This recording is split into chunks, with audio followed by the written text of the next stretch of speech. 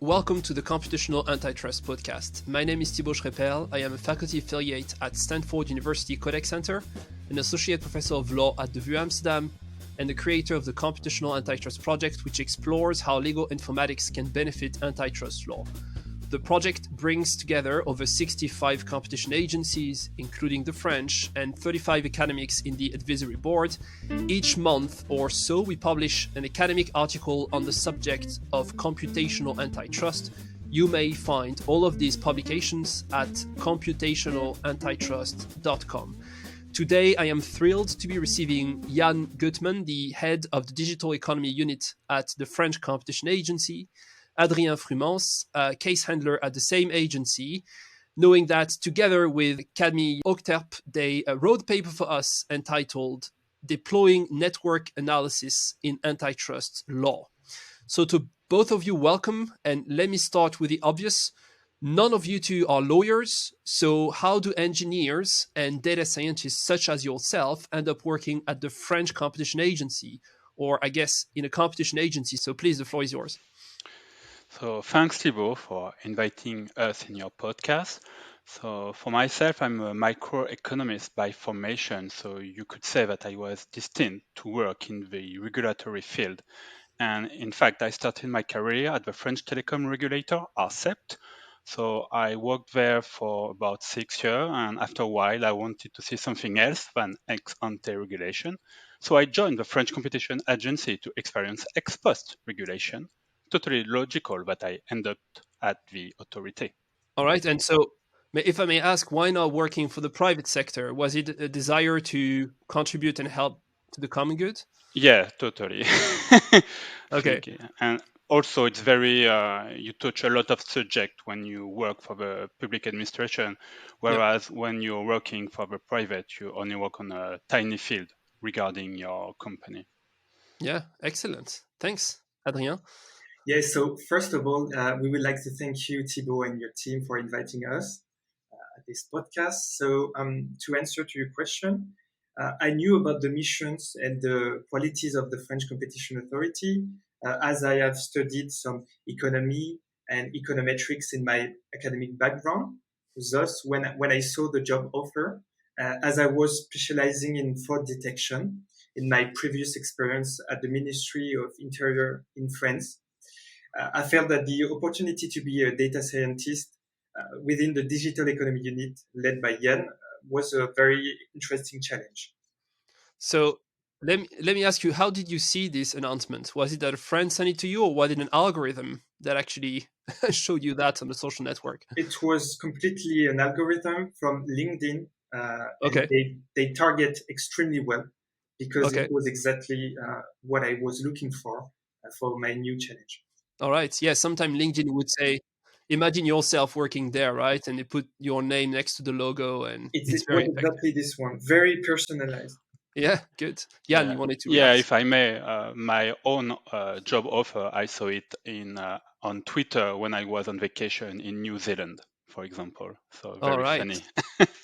So we're all here because of, or thanks to algorithms, something we will discuss.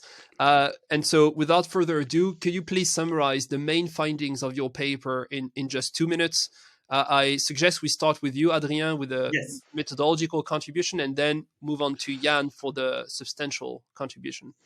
Yes, so the main methodological contribution is firstly the description step by step and the construction of a complex network graph based on all the publication of the French Competition Authority since 2009.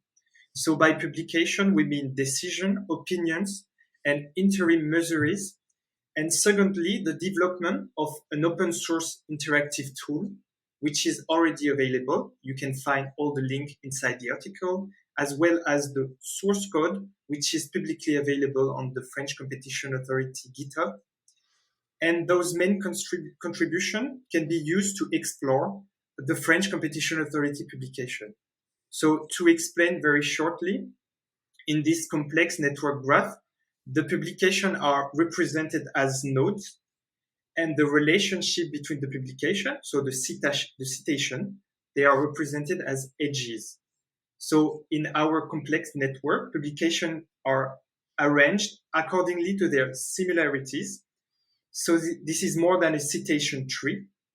That means that even publications that do not cite each other can be strongly connected and very closely positioned inside the graph. So that's the main contribution, methodological contribution. Yeah, thanks a lot. And as you mentioned, indeed, all the links are included in your article, and Yes. pretty much everything is actually open access. We will come back to that toward the very end. But I think it's very nice, and you are also willing to help people willing to explore and engage with those people. But we will keep that for later. But Yann, please. Yeah, what describe Adrian and what is very innovative with our method and think it's a key contribution to the antitrust computational field is that we didn't use any labeling or training set. We only use the raw material. And so it's a very efficient method in terms of human labor. You could say it's the grail of data scientists. And yet we obtain very impactful results that I think we'll be discussing just after. Yeah, can you briefly explain why not having labels is a nice feature here and not a bug? Oh, because usually labels they are put by human, and so there's a subjective choice when you put a label and not another. For example, sectors on the website of the authority for each publication, they're human labels. We choose which label we want to put on some decision, and so sometimes there's error. And it's also very time consuming to do that if you want to do it all at once for a large data set. This way, we eliminate all these hurdles, and yet it's very efficient, and we arrive to very great results. Yeah, you know, we've heard many times that it's easy to lie about statistics, and that, you know, it's not because it's proven by statistic that it is true, although to some degree, as you are explaining here, you work with the raw data. But something I read recently was that you can sure lie with statistics, but it's even easier to lie without statistics, right? And so I suppose you will be on the other end of the spectrum here, where you work with the raw data. We will discuss all the limitations that you explain in detail in the paper. But indeed, at least for the results that you are providing us with, they're hard to argue against, right? In a sense. So that's the very nice feature of your work. Um, let me dive into one of the limitations, which I think is not a real one. You assume that the most cited decisions are the most important. Exactly. Now, this is true most of the time, but not always, and we discussed that. One decision can indeed set a principle, and you could have a decision published after the first that will restate the principle of the first and will thus get the citations, right? But still, important cases, at least in the eyes of the agency, tend to be reused by the agency. And so it seems that you are providing, especially here, the practicing lawyers with something very helpful. And so I'm I'm asking you here if you could give us an overview of the results, meaning the most important decisions published by the French Competition Agency, and maybe take a step back and give us a sense of the types of decision, that is, the sectors that are concerned, the type of practices, knowing once again, as you just said, that you are working here with the raw data and not with your own labels. Yeah, thank you, Thibault. First, I must say that a large part of this work was done by Camille Hochtep, our third co-author, but sadly she wasn't able to be with us today. And also, you're right when you say that important is a relative concept. What is important for someone isn't necessarily important for someone else. And in our case, like you said, we defined important as the most quoted, and it has a certain logic because you can agree that it's at least important for case handlers at the authority because we quote it often. And so we took our data and we look at the top 10 most quoted publication by the authority. And to come back to one on your previous remark, we have statistics, we have correlations, but after that, we need human input to understand if correlation is a causation or what made this decision important. And so first surprise with this top 10, it's all decisions, no opinion or no interim measures. Yeah. So quite surprising. Also, it's quite diverse, 10 decisions, 6 different sectors. The doublons are 2 in telecom and 3 regarding fishing or port. That's very surprising. Yeah. And they're also quite old. They range from 2005 to 2011. But we think it's a bias of the method we use because our method look at the number of quotation, and so the older decision had more time to be quoted. So that's why it's no surprise to us that these top 10 are quite old. But they're still very relevant because they were all quoted less than 2 years ago. So all these top 10 they are quoted by case handler very often and quite recently. And after that, like I say, we did a manual analysis to understand why these decisions were cited. So we look for each citation, where it was located in each Mhm. publication, and what was the meaning of this decision. So this is very time consuming. It was done by Camille, and we hope that in the future it could be automated. Yeah, and to to some degree that could again help practicing lawyers and also the companies very much, right? Because you know now that for market definition, well, this one is important, this one you think may be important but is not, at least in the eyes of the agency, but you are trying to convince the agency, right? So very important decision. I'm curious to hear from you what surprised you the most. So the fish industry, I think, is one. Yeah, I think it's a coincidence, sometimes. And I highlight by sectors, but the reason why they are quoted is not regarding the sectors. For example, one concerning tuna fishing. So it's the 5D27 decision, so from 2005, is used to highlight the fact that there is no need to precisely define relevant markets in cartel cases, for example. Another interesting example, it's the decision 7D48 regarding moving houses and relocation. So also a very strange sector, you could say, or very specific. And is quoted mostly regarding the fact that it's the criteria for qualifying a disparagement practice, and also the standard of proof of a company's participation in a horizontal cartel. And so you have very strange decision regarding very strange sector, but at the end, it's for antitrust principle that these all decisions are quoted.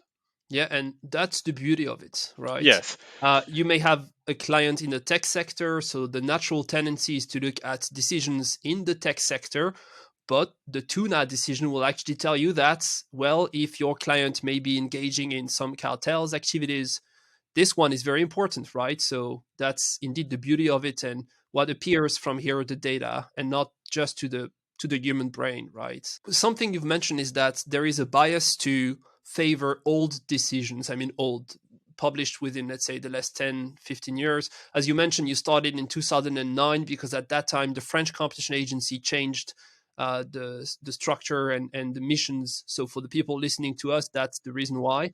I'm curious about the opposite now. So because you can also measure the importance of a decision over time, are there examples of decisions that used to be important, meaning here cited a lot by other decisions, and that are not important anymore? And if so, how do you explain that?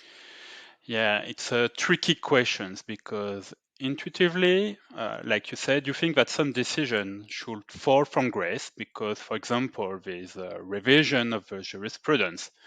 And so you would expect that these decisions are no longer quoted, and we should be able to see that in our data. Well, it's good reasoning, but in practice, there are some pitfalls. First, it's my own opinion, but I think you would agree, Thibault. I postulate that jurists love to explain the timeline of events. And even if there's a revision of jurisprudence for a long time, they will still quote the decision just to explain why the matter changed. And Mm. so you would see the drop, maybe, but after a long time, after that decision become irrelevant. This is what people would do in a law school. They will teach you something and then say, oh, but by the way, there is a new case law, but it was just for the sake of it. And when teaching to economists, I was surprised to hear from them that eventually they will argue using those past decisions that have been reversed by the court, but they will explain to me that for the sake of their argument, it's most efficient if they use the one that has been overruled by the court, right? This is not how it works, but indeed, lawyers have a tendency to explain and go back to the beautiful, old past. So this might be one, but please go ahead. Yeah, and so I have a very good example to illustrate this. It's the decision 10D39 regarding practices implemented in the vertical road sign sector. Hmm. That is quoted because it lists the criteria considered for granting the no contest of objection procedure. But this procedure was replaced in 2015 by the settlement one, Hmm. but it's still being quoted and it's among our top 10, and it was quoted twice in 2020. Hmm. So if we extrapolate from one example, usually don't do this at home, Yeah. you could say that you need at least 6 years to notice a drop in citations. So Yeah. it's very long time. And like you said, our time sample is not very wide in terms of years. We only have a dozen of years. And so I think it's not enough to see this drop from grace. But maybe if we run the same method on all the publication from the authority, but also the Conseil de la Concurrence, so we go back all the way to the 80s, maybe it could work, but for very old one. So maybe even jurists at law school won't see them in their lessons. Yeah. Indeed, I remember back in the days where I was practicing, uh, this was kind of a mental break, right? So lawyers will not use the ones published by the Conseil. It felt like something from another era. And so I'll be surprised that the agency will actually quote lots of those decisions. Once in a while, I know there are a few of those citations, but it's quite rare. Um, could you now, so the graph is open source. You indeed identify the most cited decisions, then you analyze them, you explain why they are the most cited. Which other use cases can here, especially practicing lawyers, make out of your network? And what about the researchers? So maybe two questions in one. Yes, I will answer to that question. So we believe that lawyers and researchers can use the complex network graph and the tool, the interactive tool related to it, to first to get an overview, a visual overview of French competition cases and identify all key publication. So on the interactive tool, it is possible to filter a publication or a sector of interest and analyze the connected publication, even the hidden connected publication. So this can be very useful to create a bibliography for research projects. So one can start with a reference or a sector of interest and use the tool to fill up the gap and find closely related publication, even if they are not citing each other. So this is kind of finding the hidden patterns that even if the paper are not citing each other. So Yeah. let's take a concrete example. So one can start with the French Competition Authority opinion on data processing in the online advertising sector, which is the 18A03 published in 2018. And they Mhm. will get all the connected publication. So the prior paper, of course, but also the subsequent paper. So Mhm. this is interesting to see also the impact of a publication. Yeah, something. I just want to make it clear, if you haven't used the network yet, you will see that the bigger the node, it means that the most cited is the decision, right? So that's a good way. Indeed, you could go and start from the very center of the graph and get a sense that, well, this one must be interesting. And how nice would it be to have that for Spain and Italy and the US, right? If you have, especially if you want to engage in a ecosystem of competition law decisions, it would be incredibly nice to get access to that. So I'm sure that researchers and other agencies from all over the world are very grateful for what you've done, because if they wish to understand your jurisprudence, then, well, it seems to be a very nice entry door indeed. So let me come finally to this point. In the very last part of your paper, you highlight several areas that you see where you see a need for research. You explained that you will soon develop a similar graph for merger control, and indeed, it seems that the exact same methodology could be used.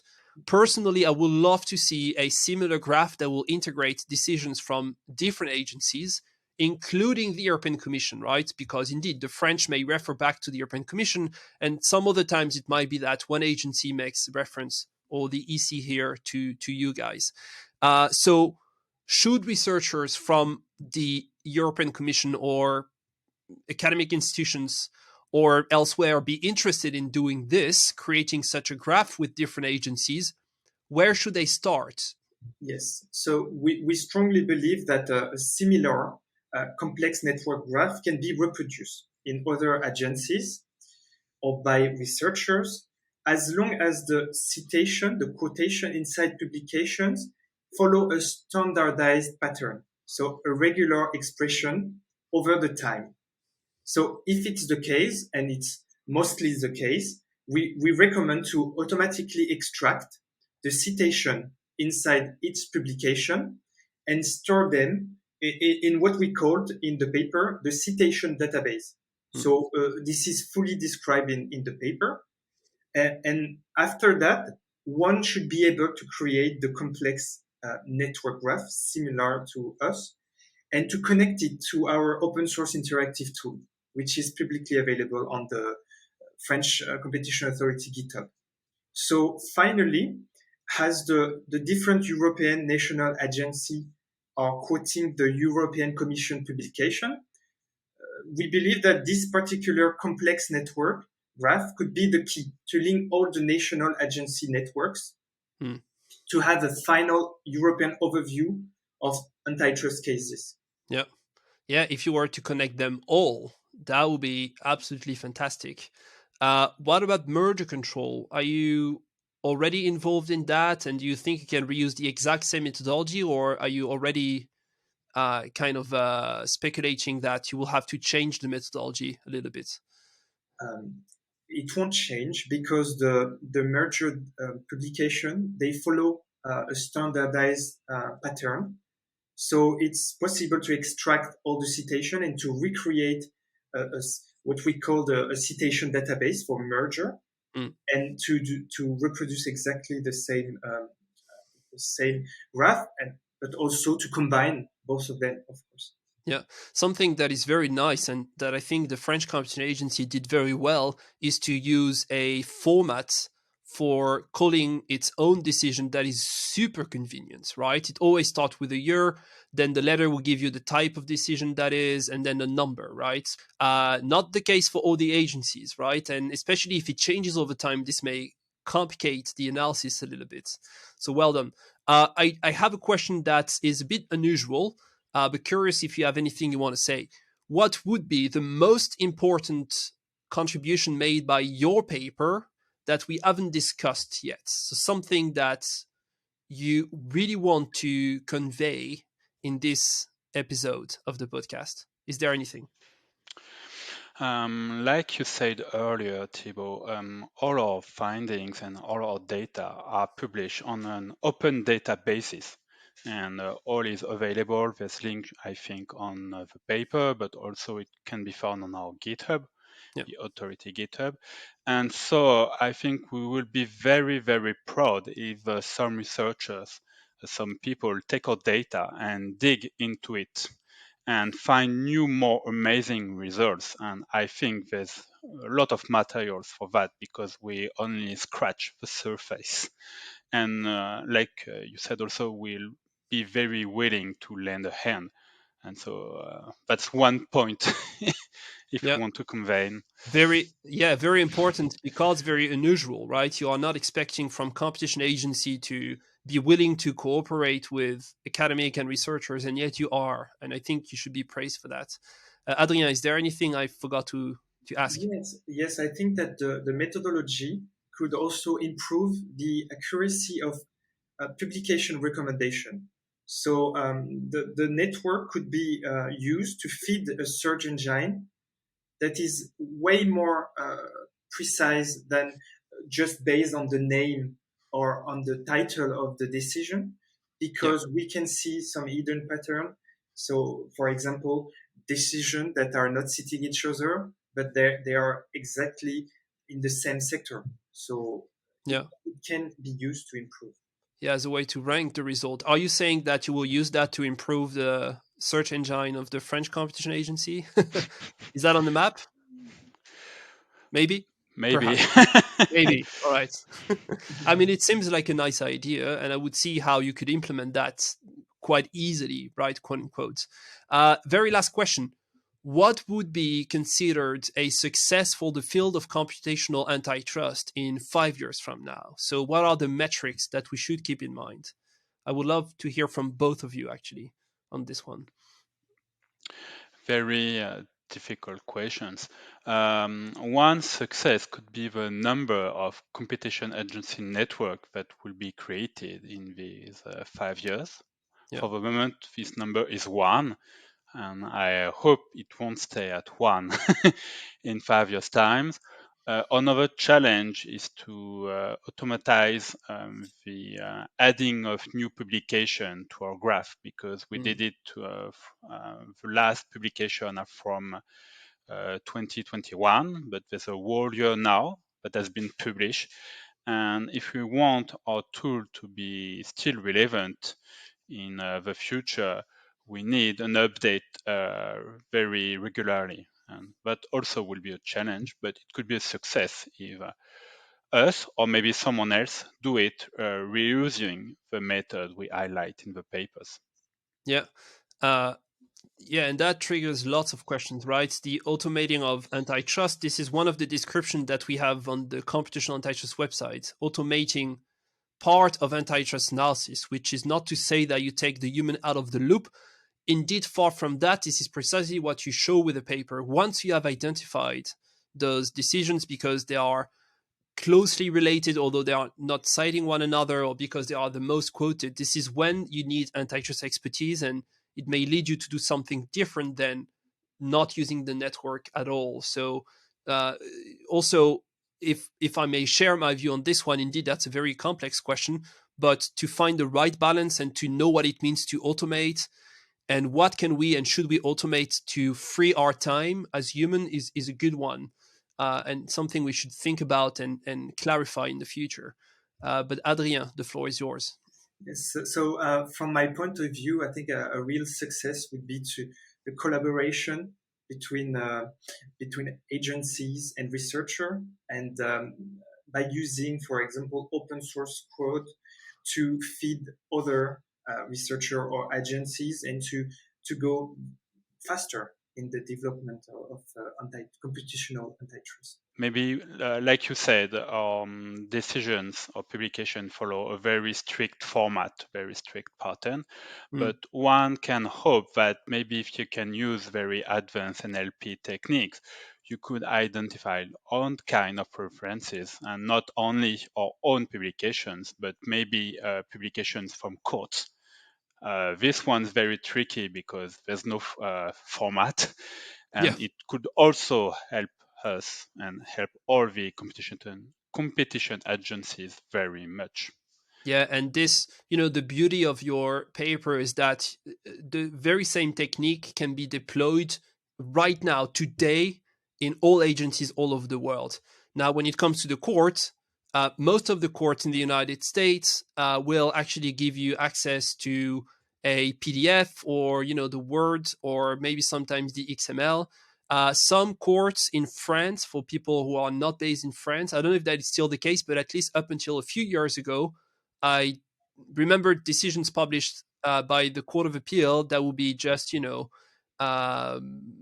very, how can I put that, strange looking PDF where you can't even highlight the text, right, with no OCR and all that. So it's funny how the need to use computational tools to better understand the substance will also create a feedback loop in how we need to also publish those decisions. Maybe we could talk about the structuring of those decisions so that they are always the same, which again the French Competition Agency did pretty well, right, over time.